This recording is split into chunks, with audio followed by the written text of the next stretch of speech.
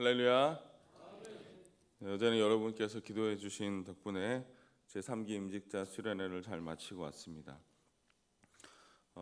공휴일이지만 모든 임직자들이 기쁜 마음으로 수련회에 임하시는 모습이 정말 진심으로 너무 아름다워 보였습니다. 특히 한 분 한 분마다 저마다의 간증의 내용을 말씀하시는데 솔직히 사역자인 저에게도 참 도전이 되는 분들이 한 분 한 분 전부 다요. 그런 은혜가 되는 시간이었습니다. 바라기는 그 귀한 마음이 잊혀지지 않고 또 이 귀한 교회뿐만 아니라 나라 민족 가운데 쓰임 받는 임직자들 되시며 또 우리 온 성도님들이 이들을 위해서 끝까지 사명을 잘 감당하도록 기도해 주시기 바랍니다. 오늘 본문은 그런 의미에서 교회에 대해서 한번 생각해 보기를 원합니다. 고린도 전서는 다 아시다시피 사도 바울이 고린도 교인들에게 보내는 편지입니다. 그때나 지금이나 사람들이 모인 공동체이기 때문에 여러 가지 일들이 많았습니다. 그래서 사도 바울은 그 교회 공동체 안에서 서로 간에 있을 수 있는 일들에 대해서 아니면 현재 있는 일에 대해서 목회적으로 지도를 했던 편지죠. 특히 1장에 보면 교회 공동체에 대한 정의를 써두었습니다. 고린도전서 1장 2절인데요. 제가 읽겠습니다. 고린도에 있는 하나님의 교회 곧 그리스도 예수 안에서 거룩하여지고 성도라 부르심을 받은 자들과 또 각 처에서 우리 주 곧 그들과 우리 주 대신 예수 그리스도의 이름을 부르는 모든 자들에게. 자, 교회를 어떻게 정의하고 있느냐? 그리스도 예수 안에서 거룩하여진 성도라 부르심을 받는 자들이 교회라는 거예요. 단순히 어떤 건물이 아니라는 거죠. 기독교가 종교개혁 이후에 보이지 않는 교회에 대한 개념이 좀 더 확대되었습니다. 즉 보이는 현실적인 우리 교회처럼 보이는 교회와 참 교회로서의 보이지 않는 교회, 그러니까 우리 눈에는 보이지 않는 교회에 대한 개념이죠. 오늘 이제 고린도전서 1장 2절의 말씀처럼 참 교회는 예수 그리스도를 구주로 영접하는 예수 이름을 부르는 모든 자들이 교회라는 거예요. 단순히 어떤 사람 여기 오는 한 분 한 분이 그냥 한 분이 아니라 여러분 자체가 교회가 된다는 거죠. 고린도 교회는 실은 어떤 위기가 있었습니다. 안타깝지만 공동체 안에 파벌이 생겼습니다. 그러니까 하나님께 집중하지 못했던 그들이 사람을 바라보면서 생긴 결과겠죠. 예수 그리스도 안에 있으면 내가 어디 출신이다, 내가 누구에게 세례를 받았다, 내가 어디에 속한 사람이다에 대한 그런 것이 중요한 것이 아니라 하나님을 먼저 바라봐야 되는데 그렇지 못했던 것이 이제 현재 고린도 교회의 상태였습니다. 그래서 1장 17절에 이렇게 얘기하는데요. 그리스도께서 나를 보내심은 세례를 베풀게 하려 하심이 아니요 오직 복음을 전하게 하려 하심이로되 말의 지혜로 하지 아니함은 그리스도의 십자가가 헛되지 않게 하려 함이라. 자, 사도 바울이 내가 무엇 때문에 보내심을 받았느냐 얘기합니다. 내가 세례를 베풀기 위해서 온 것이 아니라 복음을 전하기 왔다는 거죠. 불필요한 어떤 논쟁을 하기 원치 않았습니다. 그래서 그리스도의 십자가가 중요하다, 예수 그리스도의 보혈이 중요하다, 예수님이 중요하다라는 것을 강조하는 것이 1장의 내용이죠. 그래서 연이어서 18절에 이렇게 얘기합니다. 십자가의 도가 멸망하는 자들에게는 미련한 것이요 구원을 받는 우리에게는 하나님의 능력이라.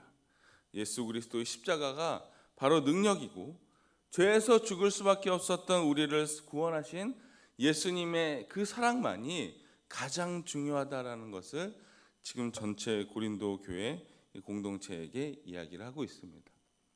자, 그런 이해를 가지고 오늘 3장으로 올 텐데요. 3장 6절 7절에 이렇게 얘기합니다. 나는 심었고 아볼로는 물을 주었으되 오직 하나님께서 자라나게 하셨나니 그런즉 심는 이나 물 주는 이는 아무것도 아니로되 오직 자라게 하시는 이는 하나님뿐이시니라. 아멘. 자, 사도 바울은 지속적으로 강조합니다. 나나 다른 사역자나 교회 공동체 어떤 사람이 중요한 것이 아니라 하나님이 중요하며 예수 그리스도가 우리에게 가장 중요한 분이다라는 것을 얘기하는 거죠. 그래서 여기 얘기한 것처럼 심는 사람도 물 주는 사람도 동등한 사람이지만 오늘 하나님께서 우리를 자라게 하시는 분은 하나님밖에 없다라는 것을 강조하고 있습니다. 지금 고린도 교회가 어때요? 상태가 별로 좋지 않아요. 흔들리는 그 교인들에게 얘기하는 것은 우리가 바로 하나님의 밭이고 하나님의 집이라는 거죠. 다른 사람들, 다른 어떤 분이 아니라 우리 속한 이 공동체가 하나님의 밭이며 하나님의 집이며 하나님의 성소라는 것을 강조하고 있습니다. 바로 여러분이 하나님의 밭이고 하나님의 집인 줄 믿습니다. 여러분을 지금까지 이끌어 주시는 분, 꼭 이렇게 자라나게 하시는 분은 오직 여호와 한 분이심을 고백하시기를 바랍니다. 자, 그런 본문 가운데 오늘 16절을 이어서 갑니다. 우리 아까 드라마 바이블로 잘 읽었지만 우리 함께 읽어보기 원합니다. 3장 16절입니다. 시작. 너희는 너희가 하나님의 성전인 것과 하나님의 성령이 너희 안에 계시는 것을 알지 못하느냐? 아멘. 자, 이 본문에 나오는 이 성전은 실은 이제 나오스라는 헬라어인데요. 정확하게는 교회가 아닙니다. 그러니까 정확하게는 거룩한 곳을 뜻합니다. 그래서 이제 특별히 성소라고 번역을 했죠. 사도 바울은 이 중요한 이 성소의 개념에 바로 우리 공동체, 여러분 자신을 투영하고 있습니다. 그리스도 안에 있는 우리 자신이 하나님의 거룩한 곳, 성전이 되어야 된다는 거죠. 당시 이 고린도는요, 동네 자체가 이제 되게 항구였고요. 우리가 잘 알듯이 이 별로 좋은 동네가 아니었습니다. 향락이 많았고, 그로 인해서 성적으로 문란했고, 심지어 히라보로 고린티아조마라는 뜻은 고린도인처럼 행한다라는 어떤 뜻인데, 그 뜻이 의미하는 바는 매춘 행위를 하다라는 거예요. 그럴 정도로 고린도라는 이 동네 자체가 썩 좋은 동네는 아니었습니다. 사도 바울은 그 고린도 교인들에게, 그러니까 그런 동네에 사는, 그런 동네에 있는 교인들에게 뭐라고 얘기하느냐? 오늘 말씀처럼 음행에 젖지 말고 여러분 자신이 하나님의 성전이며 거룩한 곳임을 잊지 말라는 겁니다. 하나님의 성전, 그리스도의 성전이 되라고 사도 바울은 오히려 역설적으로 더 강조하고 있습니다. 에베소서 4장에 보면 우리가 잘 아는 말씀인데요. 예수 그리스도를 믿기 전의 상태에 대해서 얘기를 합니다. 4장 17절부터 19절까지 지금 읽지는 않겠지만 내용을 보면 하나님을 알지 못하는 자들이 어떤 상태였느냐? 총명이 어두워지고 무지함으로 인하여 그들의 생명을 버리고 욕심이 더 많아지 그런 상태였다는 거예요. 근데 우리가 알듯이 4장 22절 24절에 어떻게 해요? 너희는 유혹의 욕심을 따라 썩어져가는 구습을 쫓는 옛사람을 벗어버리고 오직 너희의 심령이 새롭게 되어 하나님을 따라 의와 진리의 거룩함으로 지으심을 받은 새 사람이 되라라고 얘기하잖아요. 그러니까 이전에는 우리가 그렇게 좋지 않은 상태였던 사람이 예수 그리스도를 통해서 새 사람이 되고 그 뒷절에는 거룩한 삶을 어떻게 살아야 되는지에 대해서 얘기하고 있어요. 우리 모두는 예수 그리스도를 통해서 새로운 사람이 되어야 될 줄 믿습니다. 새 사람이 오늘 본문처럼요, 하나님의 성전이고 하나님의 밭이고 하나님이 집이 되어야 된다는 겁니다. 이것이 무엇을 뜻합니까? 거룩하라는 거죠. 우리의 삶이 거룩해져야 함을 뜻합니다. 하나님의 자녀라면 세상과는 구별된 삶이 있어야 될 줄 믿습니다. 요즘 손흥민 선수 때문에 축구가 되게 관심이 많잖아요. 생각해보면 언제 제일 관심이 많았느냐? 아무래도 2002년도겠죠. 제가 그때 제 기억엔 독일전이 하기 전에 단기 선교를 갔습니다. 그때는 굉장히 열정이 많아서 중국으로 단기 선교를 갔는데요. 중국 선교사님과 그 교우들과 함께 독일전을 하필 진 경기를 거기서 이렇게 봤던 기억이 났습니다. 당시만 해도요, 벌써 17년 전이니까요.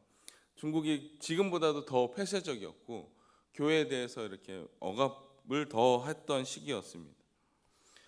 선교사님을 따라서 교회를 이렇게 돌고 있었는데 항상 강조하시는 거예요. 그러니까 저희를 막 잡아가거나 끌고 가진 않겠지만 해당 교회에게 벌금을 많이 먹여서 힘들게 한다는 거죠. 그래서 우리가 뭐 공안이 오면 도망가고 막 그랬거든요.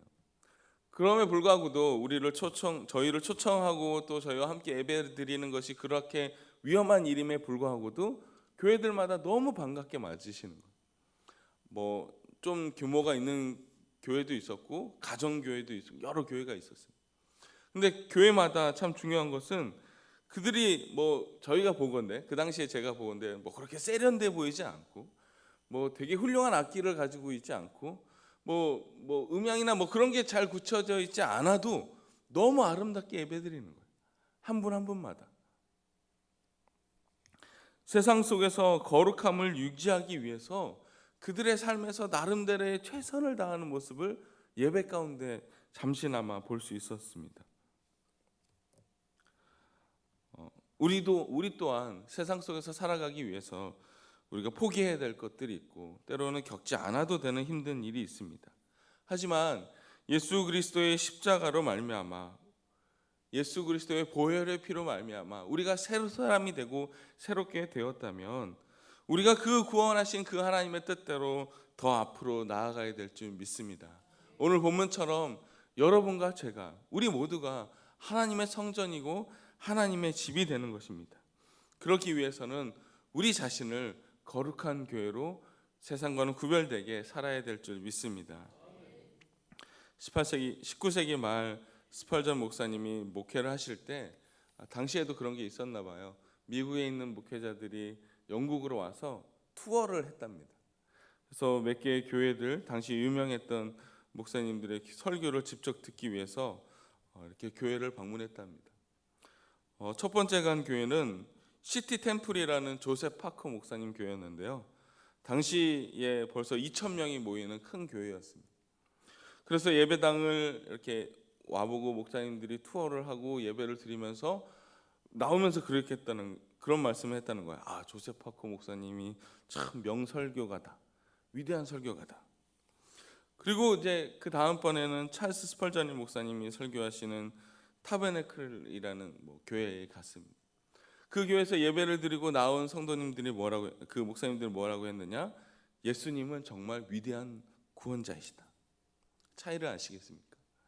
조셉 파커 목사님 나쁘다는 게 아니라요. 그 교회에 그 설교에 그 공동체가 나타내고자 하는 방향이 어디 있느냐라는 거죠.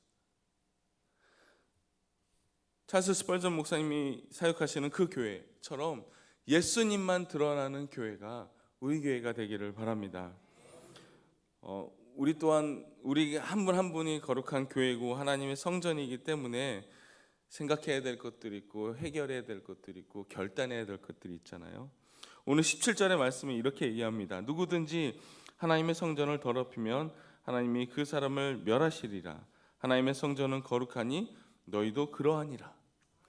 어떻게 보면 좀 무섭기도 하지만 어떻게 보면 우리에게 주시는 하나님의 미션 아닐까요?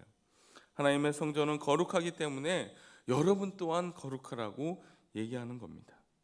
거룩한 자로 부르심을 받은 저와 우리 모두가 우리의 삶 가운데 하나님을 더 나타내며 기쁨으로 행복이 가득한 삶 살기를 바랍니다. 그래서 3장 마지막에 이렇게 얘기해요. 3장 23절의 결론처럼 얘기하는데 너희는 그리스도의 것이요 그리스도는 하나님의 것이니라. 아멘. 우리 모두가 그리스도의 것이며 하나님의 것인 줄 믿습니다. 해방 이후에 김구 선생님이 이제 다시 돌아오시면서 이렇게 나라를 세우는 과정이 있었습니다. 그래서 사람들이 얘기하는 거예요. 경찰서가 있어야 되고 주변에 시설들이 있어야 되고 교육시설이 있어야 되고 막 여러 가지를 얘기했답니다. 그때 김구 선생님이 뭐라고 얘기했냐면 경찰서 100개를 세우는 것보다 교회 하나를 세우는 것이 낫다라고 했습니다. 교회 하나를 세워서 그 교인들이 모이고 그 교인들이 하나님의 말씀대로 살아가는 거룩한 하나님의 성전이 되고 거룩한 하나님의 집이 되었을 때 그 공동체가 바뀌고 나라가 바뀌고 민족이 바뀐다는 거죠. 오늘 여러분과 저를 부르신 그 하나님의 뜻은 우리 안에서만 우리가 지금 속한 이 예배당에서만 하나님의 거룩함을 나타내는 것이 아니라 세상 밖에서도 하나님의 성전이고 하나님이 집이 되어야 됨을 우리 마음 가운데 새기기를 바랍니다. 사랑하는 성도 여러분, 교회가 그만큼 귀한 곳이며 여러분이 그렇게 귀한 것입니다. 오늘 삶을 살아갈 때 예수님과 늘 동행하시며 그 거룩한 사명을 잘 감당하는 우리 모두가 되기를 주님의 이름으로 축원합니다. 기도하겠습니다. 사랑의 하나님, 죄 많은 우리를 자녀 삼으시고 불러주심에 감사드립니다. 우리 거룩한 성전으로 삼아주시고 성령을 부어주심에 감사드립니다.